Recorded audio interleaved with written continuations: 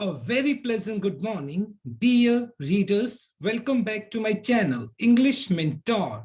Today, we are going to analyze the editorial of 22nd June. So let us start this editorial in detail. The title of this editorial is From Colors to Whites. देखो, ये जो particular statement use की गई है, ये use की गई है क्रिकेट के लिए, फ्रॉम कलर्स टू व्हाइट। पहले कलर्स को समझते हैं। क्रिकेट के अंदर 3 फॉर्मेट होते हैं, एक तो होता है T20, एक होता है ODI और एक होता है टेस्ट क्रिकेट, राइट। अभी फिलहाल अगर देखा जाए तो एक लंबे टाइम से जो इंडियन क्रिकेट टीम जो है वो शॉर्ट फॉर्मेट को खेल रही थी, जिसके अंदर ODI या T20 थी। और T20 और ODI का जो ड्रेस होता है, यूनिफॉर्म जो होता है वो कलरफुल होता है, और व्हाइट का जो यूनिफॉर्म होता है वो टेस्ट क्रिकेट के लिए होता है। तो अब एक लंबे टाइम से जो इंडियन क्रिकेट टीम जो है वो कलरफुल ड्रेस के अंदर या यूनिफॉर्म के अंदर खेल रही थी, अब वो क्या करेगी, व्हाइट के अंदर खेलेगी। इट मींस अभी वो टेस्ट क्रिकेट के लिए जाएगी। अभी इंडिया टेस्ट क्रिकेट के लिए इंग्लैंड के लिए रवाना होगी। तो इसी चीज को हम इस एडिटोरियल में डिस्कस करने वाले हैं कि जो इंडियन टीम जो एक पिछले लंबे टाइम से कलरफुल यूनिफॉर्म जो है, जिसके तहत उसने ODI या T20 खेला, अब वो क्या करेगी, टेस्ट क्रिकेट के अंदर खेलने वाली है। On Indian cricket supporting a new look.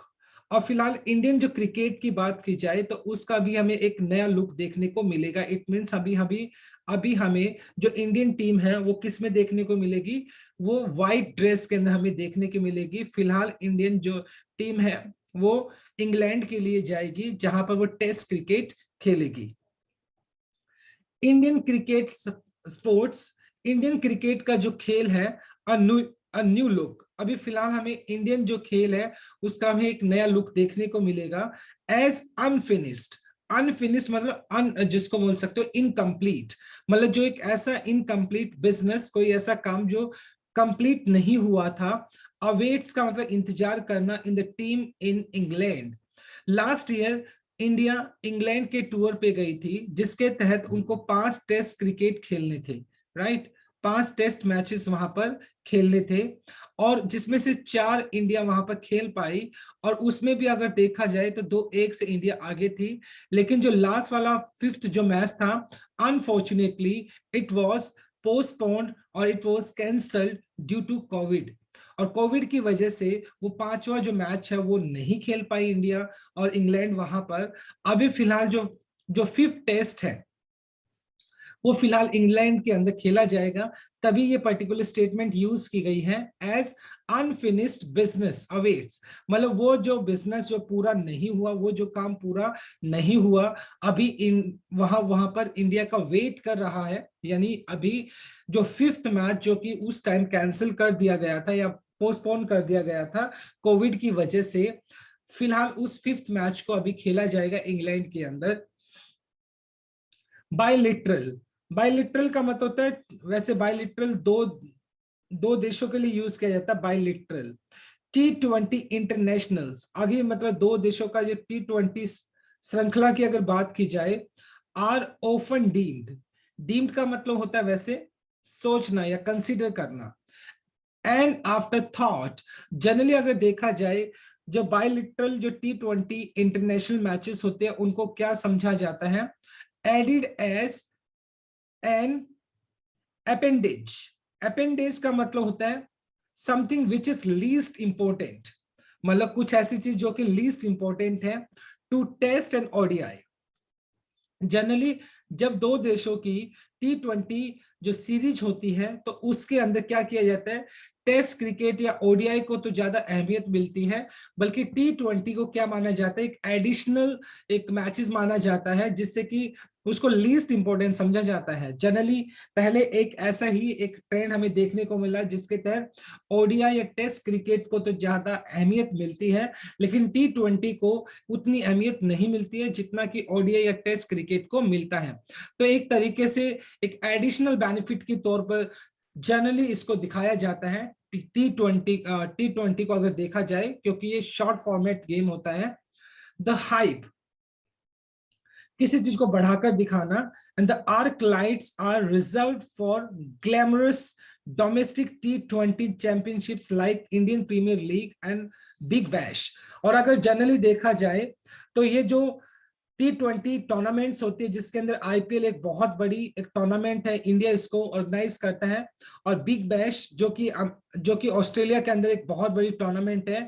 T twenty ये टूर्नामेंट्स हैं जिसके अंदर बहुत ज्यादा हाइप आपको देखने को मिलेगा, लाइटिंग आपको देखने को मिलेगा, ग्लैमरस वहां पर आपको देखने को मिलेगा। जनरली T20 के अंदर, IPL के अंदर या बिग बैश के अगर देखा जाए तो ये दो वो टूर्नामेंट्स है जहां पर आपको T20 को ज्यादा अहमियत देखने को मिलती होगी। लेकिन इनके अलावा जब कभी दो देश आपस में कोई भी टूर्नामेंट खेलते हैं तो जनरली उनके बीच में टेस्ट या ODI होती है, उसको ज्यादा इंपॉर्टेंस दी जाती है, बल्कि T20 को इतना ज्यादा अहमियत नहीं दिया जाता है।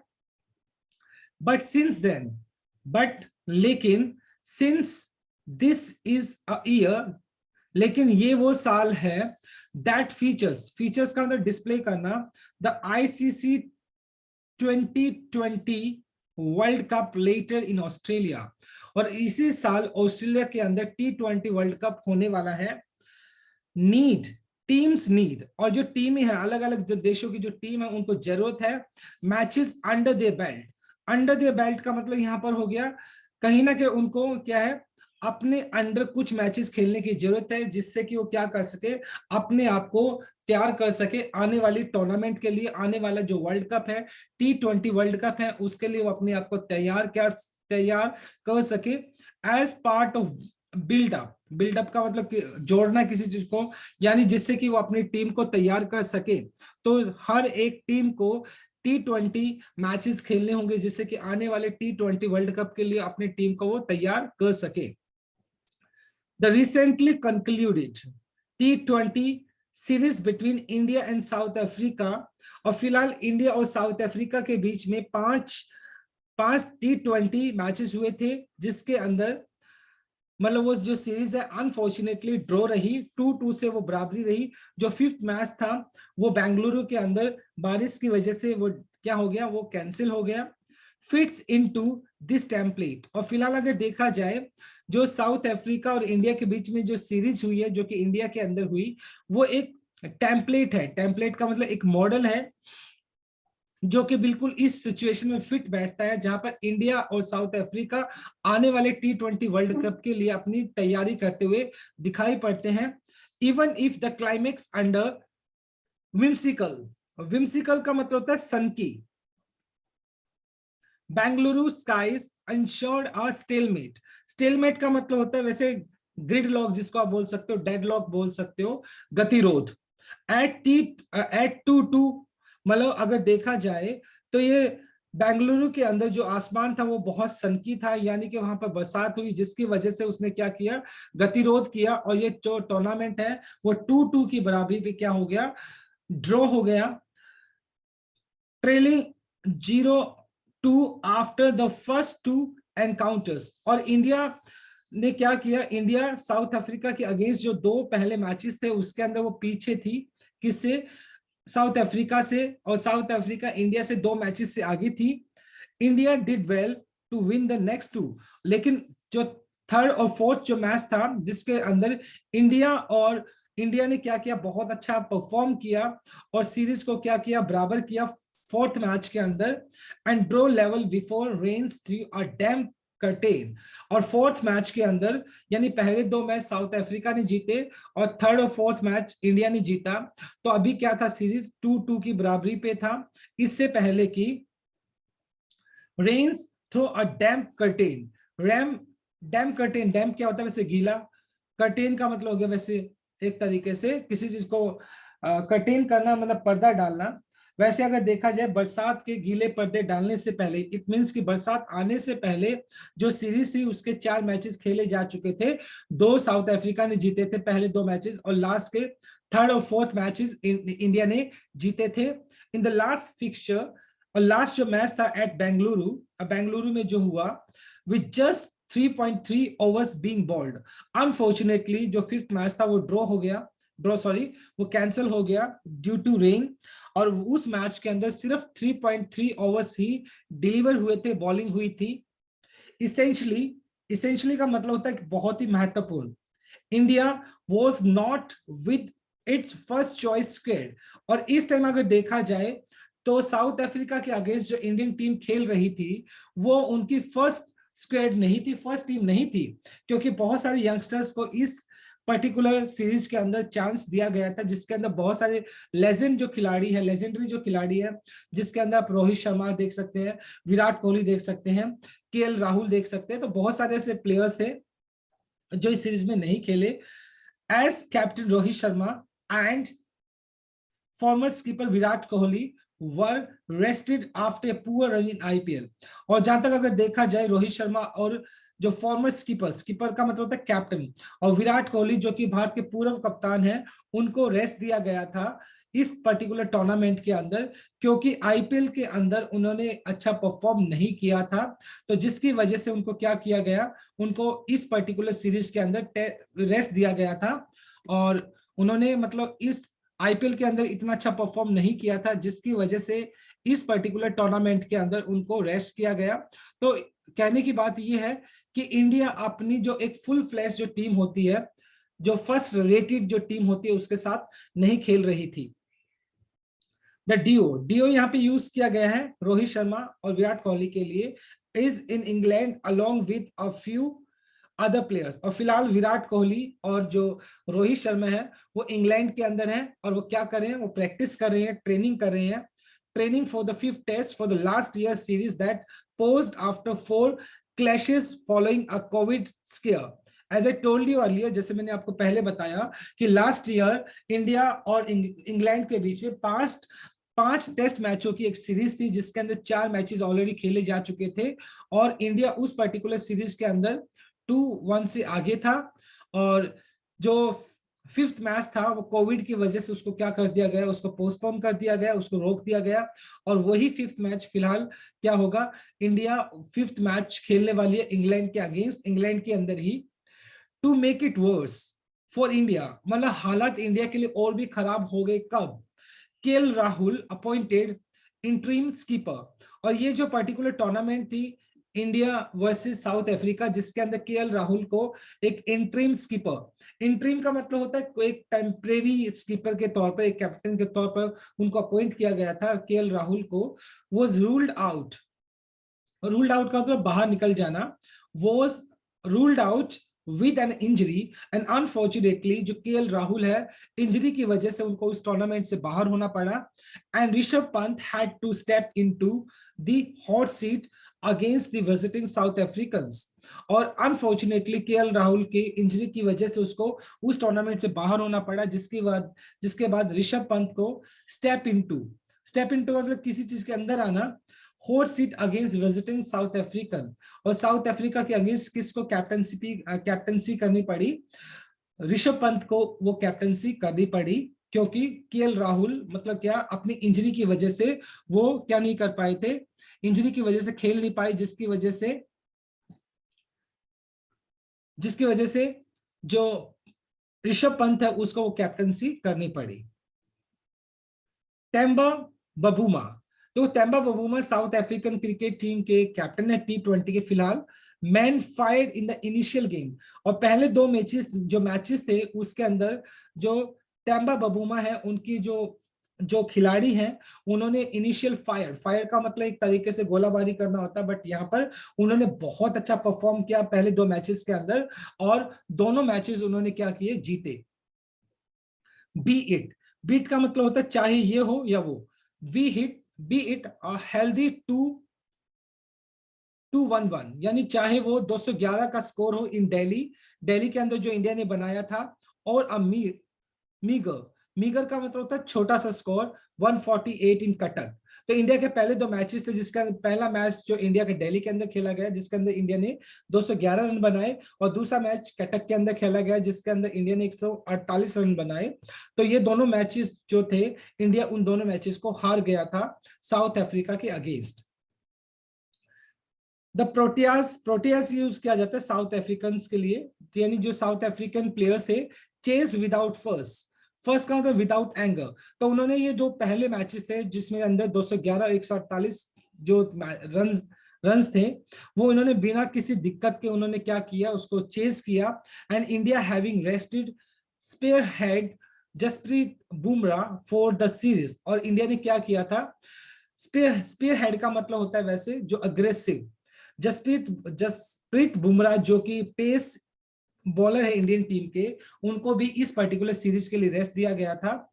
फेल टू स्टेम का मतलब कंट्रोल करना द फ्लो ऑफ रन्स, और कहीं ना कहीं मतलब इंडियन जो बॉलिंग अटैक है पहले दो मैचेस के अंदर वो साउथ अफ्रीकन प्लेयर्स को जो रन बनाने की उनकी जो गति है उसको रोकने में फेल रहे, और अनफॉर्चुनेटली देखा जाए तो साउथ अफ्रीका पहले दो मैचेस को अच्छे तरीके से जीत पाई इंडिया के against.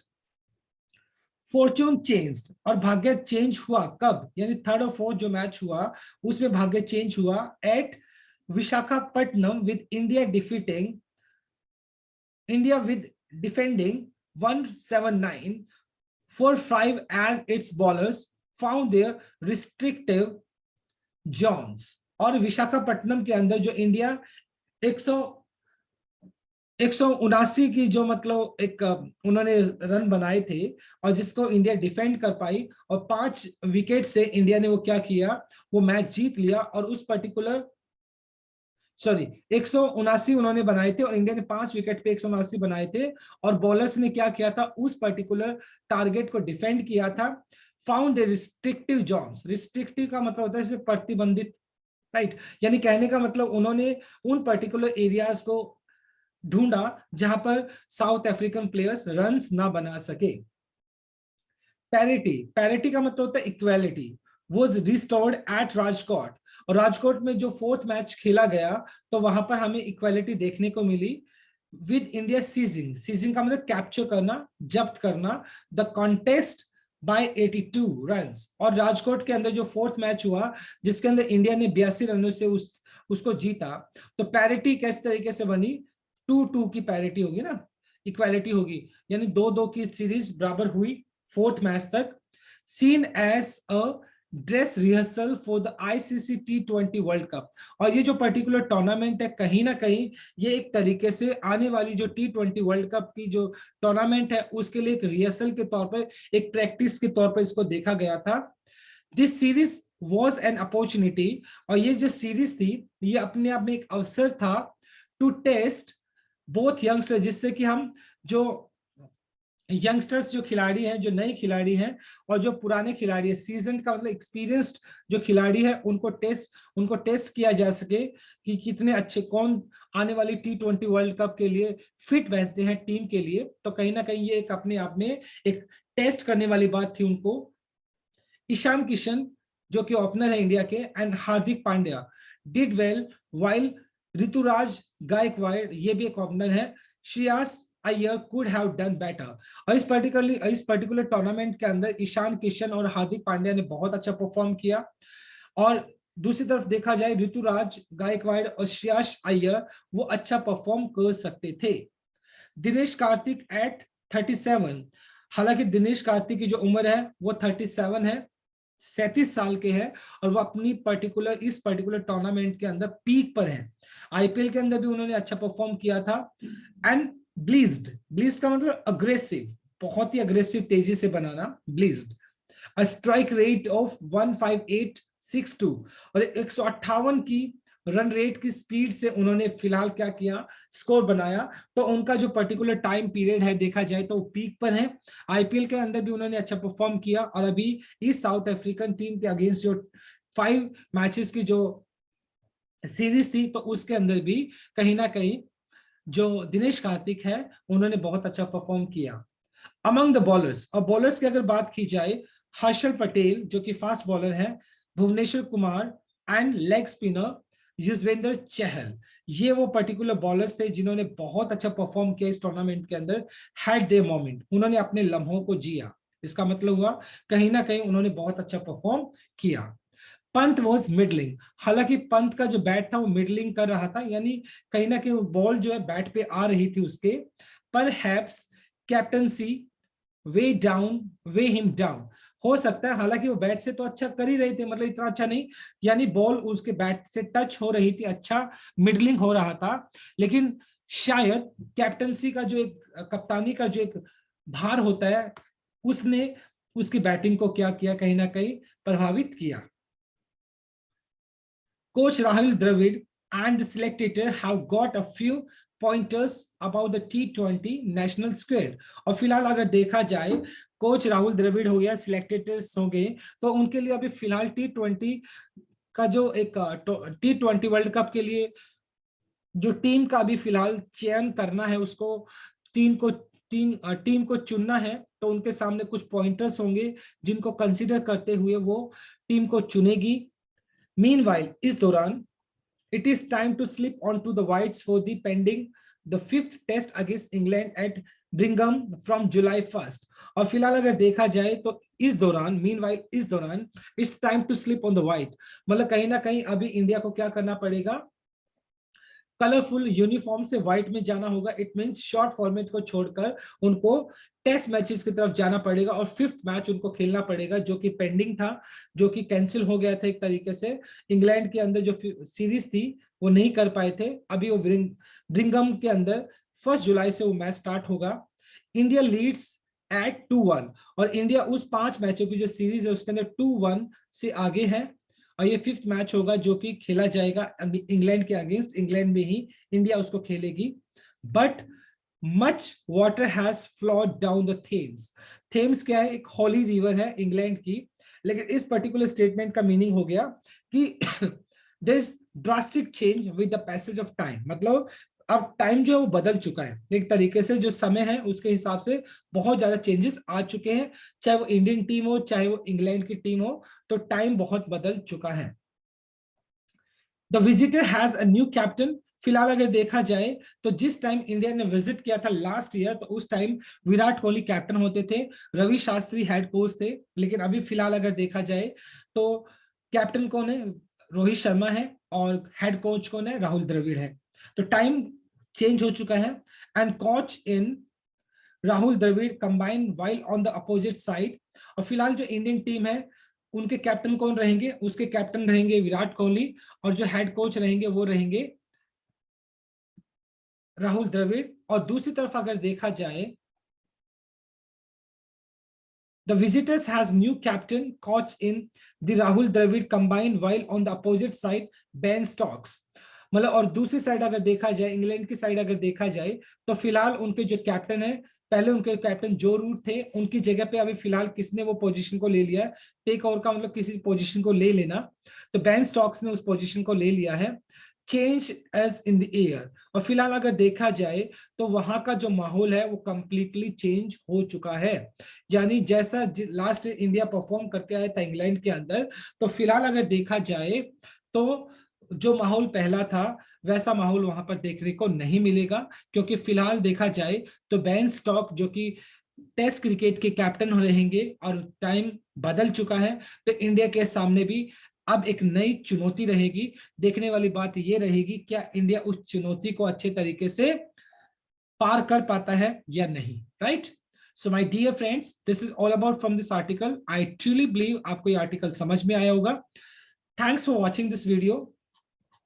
Please do like, share, and comment and subscribe to my channel. So tomorrow I'll continue with another article. Till then, bye bye, take care, and have a nice day.